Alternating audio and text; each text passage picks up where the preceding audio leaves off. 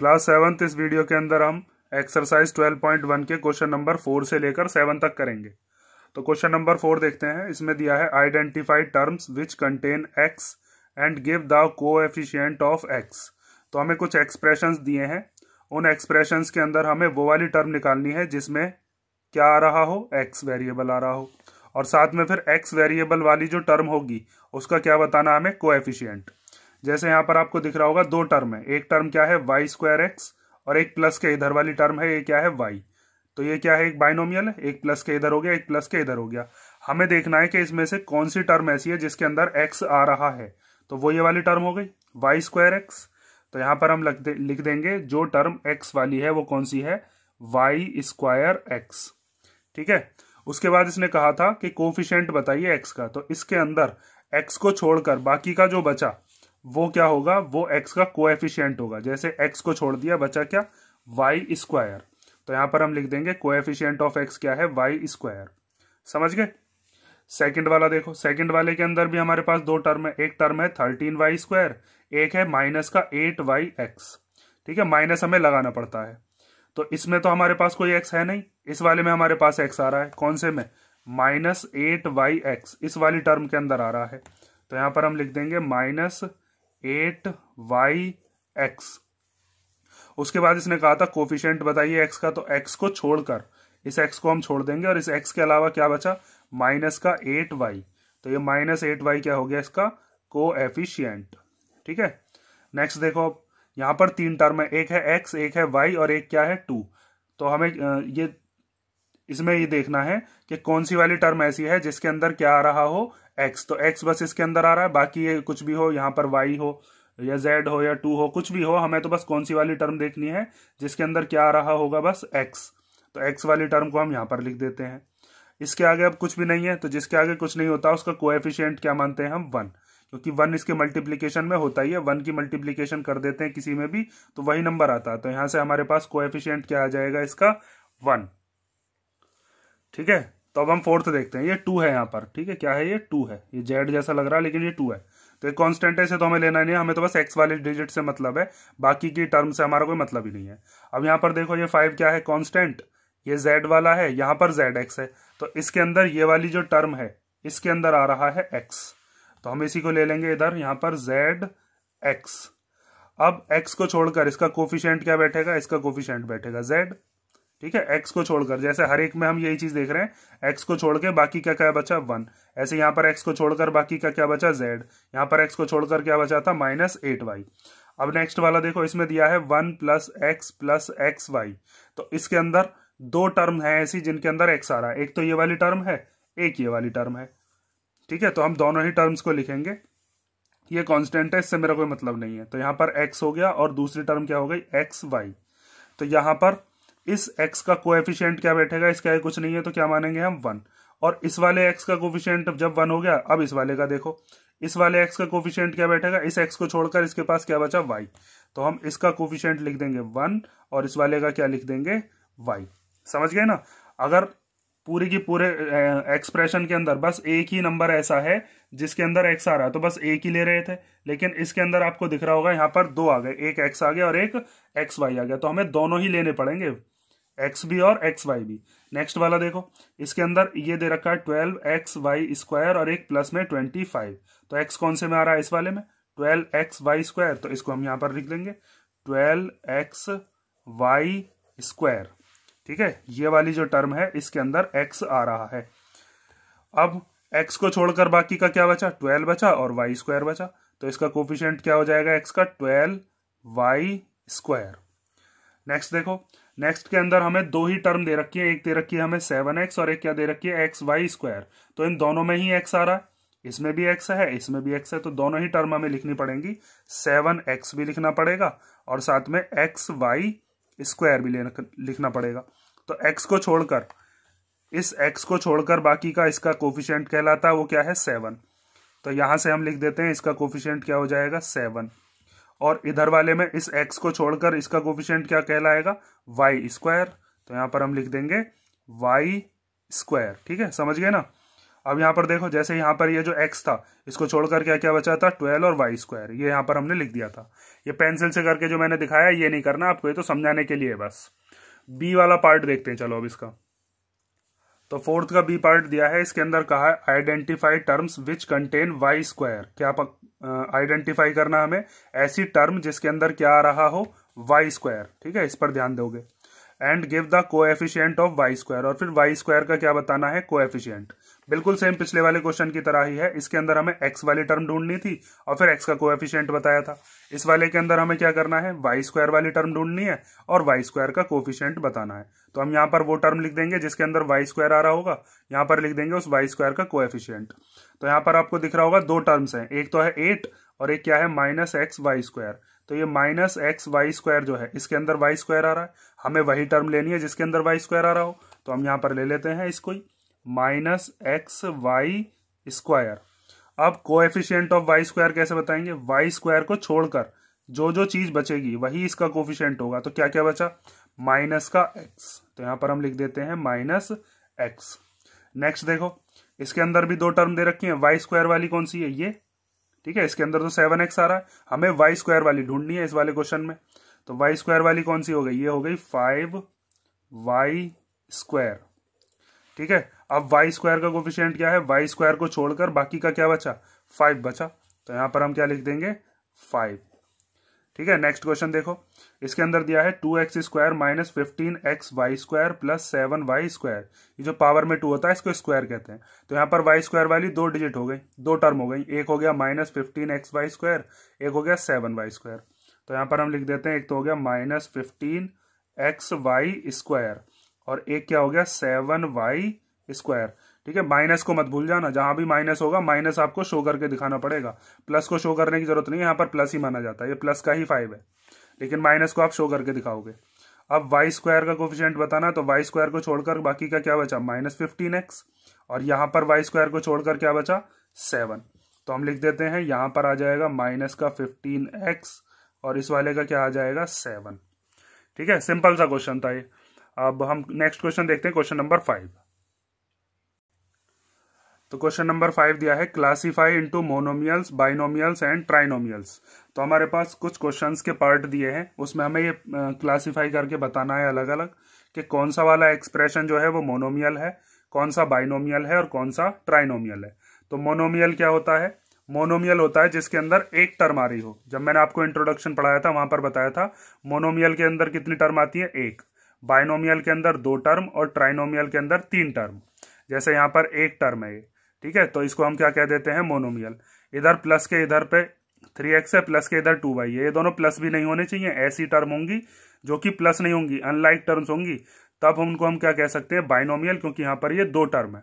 और ट्राइनोमियल क्या होता है, जिसके अंदर कितनी टर्म हो, 3 टर्म होंगी। ठीक है, जैसे यहाँ पर मैंने आपको बताया था, देखो 3x और 5x इन दोनों को प्लस किया जा सकता है क्योंकि ये दोनों लाइक है, तो 3x और 5x 8x हो जाते हैं, तो ये मोनोमियल कहलाएगा। यहाँ पर ये 3x 5x और 2x इन तीनों को प्लस करके क्या आएगा, इन तीनों को प्लस करके आ जाएगा 10x, तो ये मोनोमियल है। यहाँ पर 3x और 5x कितना हो जाएगा, 8x, ये मोनोमियल है। तो हमारे पास ऐसी टर्म होनी चाहिए जो कि अनलाइक हो, तब हम उनको टर्म्स को देख लेते हैं और बता देते हैं मोनोमियल है, बाइनोमियल है या फिर ट्राइनोमियल है। तो बहुत सिंपल सा क्वेश्चन है ये। देखो पहला है हमारे पास 4y माइनस 7z, तो माइनस के इधर एक टर्म है, माइनस के इधर एक टर्म है और दोनों ही अनलाइक हैं, तो ये क्या हो जाएगा आपके पास, 2 टर्म वाला होता है बाइनोमियल। इसके आगे लिख दिया हमने बाइनोमियल। नेक्स्ट देखो, यहां पर एक ही टर्म है ये, बस इसके ना प्लस में है कोई ना इसके माइनस में है, तो इसको हम क्या कहेंगे, ये हो जाएगा मोनोमियल। ठीक है, बस यही चीज आपको बतानी है इसमें देखो, इसके अंदर यहाँ पर हमें 3 टर्म दिख रही हैं, प्लस के इधर क्या है x, प्लस के इधर क्या है y और फिर क्या है xy। तो यहाँ पर हमारे पास ये कितनी टर्म हो गई, ये हो गया ट्राइनोमियल, क्योंकि इसके पास कितनी टर्म्स हैं, 3, और तीनों की तीनों अनलाइक हैं। इसके पास बस अकेला x है, इसके पास अकेला y और इस पे x और y दोनों है। नेक्स्ट देखो 100, यहाँ पर तो एक ही टर्म दिख रही है, तो ये क्या हो जाएगा, ये हो जाएगा आपका मोनोमियल। उसके बाद नेक्स्ट, इसके अंदर कितनी टर्म है, 3, एक हो गया ए बी, एक हो गया ए और एक हो गया बी। माइनस प्लस से पहचान कर लिया करो, माइनस के इधर एक, माइनस के इधर एक, फिर माइनस के इधर यहाँ पर क्या है, बी, तो ये क्या हो जाएगा, ये हो गया ट्राइनोमियल। नेक्स्ट देखते हैं, नेक्स्ट में हमें दिया है 5 माइनस 3t, तो 5 माइनस 3t, इसके अंदर दो टर्म है, एक 5 है और एक 3t है, तो ये कितना हो जाएगा, ये हो जाएगा दो टर्म वाला बाइनोमियल। ठीक है, ऐसा मत करने लग जाना कि 5 माइनस 3 तो जी 2t होते हैं, ये अनलाइक टर्म्स हैं, इसके पास वेरिएबल है और ये कांस्टेंट है, तो ये माइनस नहीं होंगे, हमारे पास ये क्या कहलाएगा फिर, बाइनोमियल। आगे देखो, ये है 4p² और 4pq² माइनस का, तो यहाँ पर माइनस के इधर एक है, माइनस के इधर एक है और दोनों अनलाइक है। यहाँ पर p का स्क्वायर है, मीन्स p 2 बार है, यहाँ पर p अकेला है, यहाँ पर q 1 बार है, यहाँ पर q 2 बार है, तो इसीलिए हम इसको क्या लिखेंगे, दो टर्म वाला हो गया ये हो गया बाइनोमियल। नेक्स्ट देखते हैं, इसमें एक ही टर्म है बस, 7mn, ये तीनों के तीनों मल्टीप्लीकेशन में लिखे हुए हैं, प्लस और माइनस से इधर उधर होती हैं डिजिट, ये एक ही मानी जाएगी पूरी की पूरी, तो इसको हम क्या कहते हैं, ये हो गया मोनोमियल। ठीक है, ये मल्टीप्लीकेशन में मल्टीप्लाई करके जब m और n की वैल्यू हमारे को पता होंगी तो ये एक ही डिजिट बन जाती है।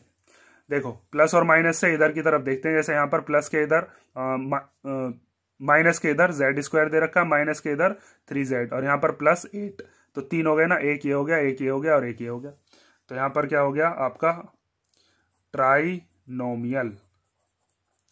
नेक्स्ट देखो, यहाँ पर हमें दे रखा है a² प्लस b², तो दो डिजिट है यहाँ पर भी, दो टर्म, तो इसको हम क्या कहेंगे, ये हो गया बाइनोमियल। यहाँ पर भी दो है, एक z² है, एक z है, तो इसको भी हम क्या कहेंगे, बाइनोमियल। ठीक है, याद रखना बाइनोमियल मतलब दो टर्म वाला। यहाँ पर कितने टर्म है, तीन, एक 1 है, एक x है और एक x² है, तो इसको क्या कहेंगे, ये हो जाएगा ट्राइनोमियल। ठीक है, ये सिंपल सा क्वेश्चन था, बस इसके अंदर यही चीज बतानी थी। नेक्स्ट क्वेश्चन देखते हैं, क्वेश्चन नंबर 5। क्वेश्चन नंबर 6 में दिया है, state whether A given pair of terms is of like और अनलाइक टर्म्स, मतलब इसमें हमें ये बताना है कि ये जो पेयर है, ये पेयर हमारा लाइक टर्म्स का है या फिर अनलाइक टर्म्स का है। तो हम कैसे बताते हैं, लाइक टर्म्स वो होती हैं जिनका वेरिएबल सेम हो और वेरिएबल की पावर भी सेम होनी चाहिए। ठीक है, और डिजिट पर आप ध्यान नहीं दोगे, जैसे यहाँ पर -7 और 5/2 है, इस पर ना देखकर हम किस किस को देखेंगे, इसके पास भी एक x है, इसके पास भी, तो ये दोनों कैसी टर्म कहलाएंगी, लाइक टर्म। यहाँ पर 1 और 100 दोनों ही कांस्टेंट टर्म है, तो ये भी क्या कहलाएंगी, लाइक टर्म। अब जैसे यहाँ पर -29 और -29 है, डिजिट को नहीं देखना, अगर डिजिट को देखोगे तो लाइक जैसी लग रही होंगी, लेकिन ये दोनों कैसी हैं, अनलाइक टर्म्स है, क्योंकि इसके पास वेरिएबल क्या है, x और इसके पास क्या है, y। जब मैंने आपको इंट्रोडक्शन पढ़ाया था वहां पर ये चीज बताई भी थी, लाइक टर्म्स क्या होती हैं, जिनके वेरिएबल सेम हो, जैसे 2x और 3x, इन दोनों का वेरिएबल सेम है, दोनों के पास एक एक x है। जैसे 29x और -29x, दोनों के पास x वेरिएबल है, डिजिट से मतलब ही नहीं है हमारा। यहाँ पर दे रखा है xy और यहाँ पर क्या है, yx, तो यहाँ पर आपको ये देखना, एक x यहाँ पर है, एक ही x यहाँ पर है, यहाँ पर एक y है, यहाँ पर भी एक y है, तो ये दोनों भी कैसी टर्म कहलाएंगी, लाइक टर्म्स। यहाँ पर देखो, x² मीन्स x की पावर 2 है, यहाँ पर भी x की पावर 2 है, यहाँ पर y 1 है, यहाँ पर भी y 1 है, तो ये दोनों भी कैसी टर्म है, लाइक। यहाँ पर y की पावर 2 और x एक बार, यहाँ पर भी y की पावर 2 और x एक बार, तो ये सारी की सारी ऐसी टर्म्स के एग्जाम्पल बताए थे जो कि कैसी होती हैं, लाइक। उसके बाद आता है अनलाइक टर्म्स कैसी होती हैं, अनलाइक टर्म्स वो होती हैं जिनके वेरिएबल अलग अलग होते हों, जैसे यहाँ पर x है और यहाँ पर y है, तो दोनों का वेरिएबल अगर अलग है तो उसको हम क्या कहते हैं, अनलाइक टर्म्स कहते हैं। यहाँ पर देखो, एक x है, एक y है, यहाँ पर x की पावर 2, y की पावर 2, मीन्स x 2 बार और y भी 2 बार, तो बस वेरिएबल को ही मत देख लेना, वेरिएबल के साथ साथ उनकी पावर भी सेम होनी चाहिए, तब हम कह सकते हैं कि वो दोनों के दोनों कैसे होंगे, लाइक। जैसे यहाँ पर ये अनलाइक टर्म्स हैं क्योंकि पावर्स अलग अलग है, यहाँ पर x की पावर 1 है, यहाँ पर 2 है, यहाँ पर y भी एक बार है, यहाँ पर y की पावर 2 है। बस यही चीज देखनी है और आपको बताना लाइक है अनलाइक।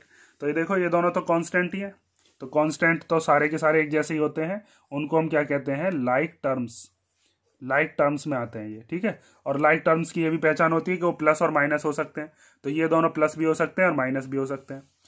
नेक्स्ट देखो, यहाँ पर ये एक x है, इसके पास भी एक x है, तो दोनों के पास सेम वेरिएबल है, तो इसीलिए हम इनको कह देंगे ये भी कैसी टर्म्स हैं, लाइक टर्म्स।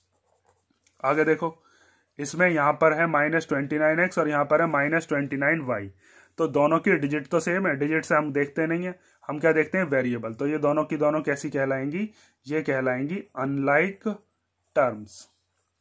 ठीक है, नेक्स्ट देखो, चलो यहाँ पर हमें दिया है 14xy और 42yx। डिजिट पर ध्यान मत दो, बस आपको देखना वेरिएबल।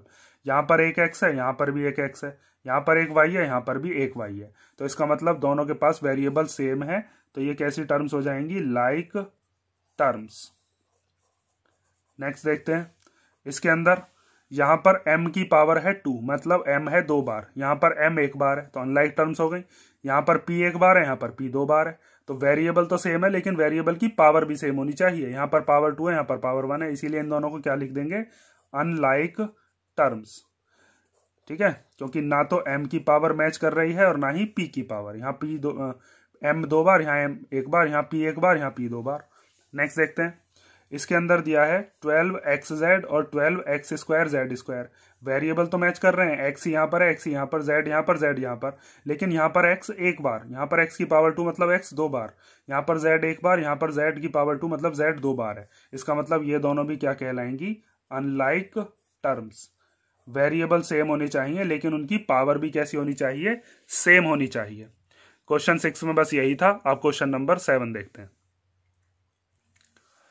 तो 7 क्वेश्चन दिया है, identify like terms in the following. इसके 2 पार्ट हैं। पहले वाले पार्ट में हमें ये करना है कि जितने भी टर्म्स आपको दिख रही हैं, इन सब में से हमें क्या करना है? लाइक टर्म्स जो हैं उन सबको आइडेंटिफाई करके एक साथ लिखना है। तो देखो कैसे सॉल्व करेंगे।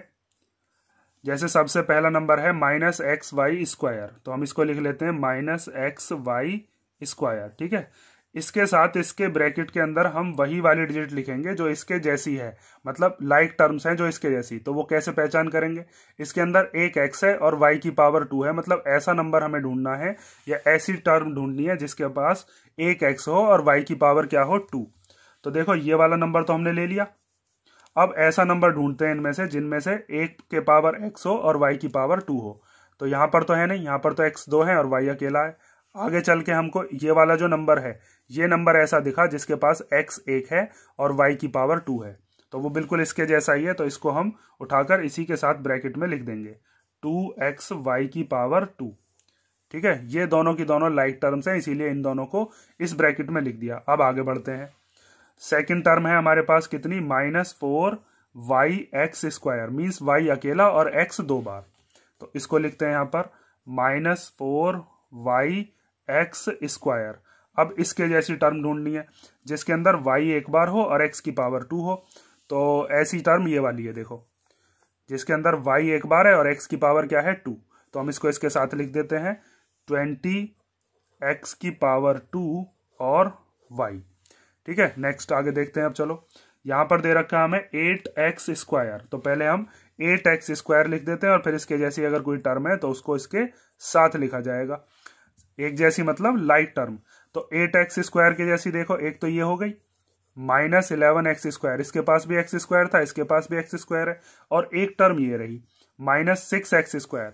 तो ये 3 टर्म आ जाएंगी, इसके पास भी x², इसके पास भी और इसके पास भी। तो यहां पर हम लिख देते हैं -11x² और -6x²। ये तीनों लाइक टर्म थी, तो ये इन तीनों को इस ब्रैकेट में लिख दिया। अब आगे देखते हैं। यहां पर है 7y, तो हमें ऐसी टर्म देखनी है जिसके अंदर बस क्या आ रहा हो? y आ रहा हो। तो दूसरा ब्रैकेट अब शुरू करते हैं 7y, और इसके जैसी देखो ये वाली टर्म है, इसके पास क्या है? बस इसके पास भी बस y है, तो हम y को लिख देते हैं। ये दोनों कैसी टर्म हो गई? Like terms. नेक्स्ट देखते हैं। अब इसके बाद है यहाँ पर -100x। तो ऐसी टर्म देखते हैं जिसके पास बस क्या हो? x हो अकेला। जब भी लाइक टर्म देखोगे बस वेरिएबल पे ध्यान रखो, वेरिएबल और साथ में वेरिएबल की पावर। तो ऐसा जिसके पास बस x हो वो क्या है? वो है 3x। तो -100x और साथ में 3x, इन दोनों को साथ में लिख लेते हैं। तो यहां पर लिख देते हैं -100x और 3x। लास्ट में क्या क्या बचा? एक तो ये बचा है -11yx, मतलब एक बार y एक बार x, और एक ये बचा है 2xy, तो इसके पास भी एक y है और एक x है, तो ये दोनों लाइक हो जाएंगे। यहां पर हम लिख देंगे -11yx और 2xy, एक y एक x, एक y एक x। ठीक है, ये सारी की सारी कैसी टर्म्स हो गई? लाइक टर्म्स हमने अलग अलग ब्रैकेट में लिख दी। अब बी वाला पार्ट भी बिल्कुल इसके जैसा ही है, उसे देखते हैं। तो बी वाला पार्ट देखते हैं। अब देखो, बी वाले पार्ट के अंदर पहली टर्म दे रखी है हमें tan PQ। तो हम ब्रैकेट के अंदर लिख लेते हैं tan PQ। अब ऐसी टर्म ढूंढनी है आपको जिसके अंदर क्या क्या आ रहा हो, एक P आ रहा हो और एक क्या आ रहा हो, Q आ रहा हो।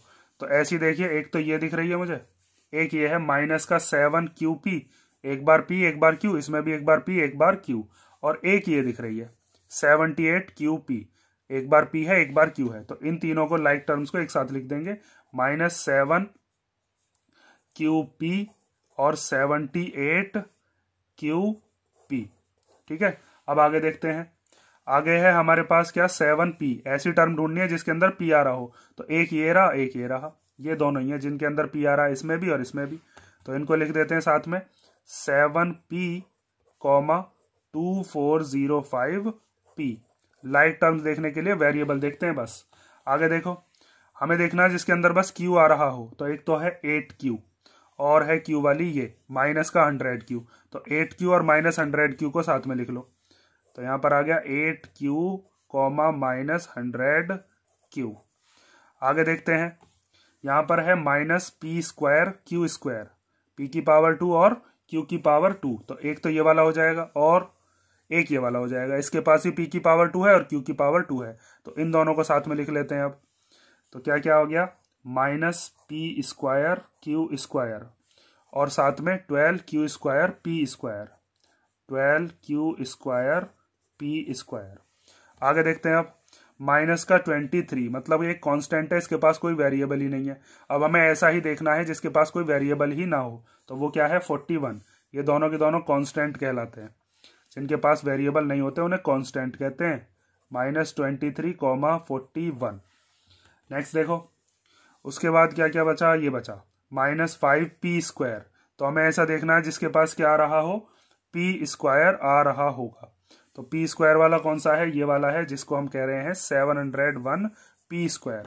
तो यहां पर हम लिख देते हैं -5P², 701P²।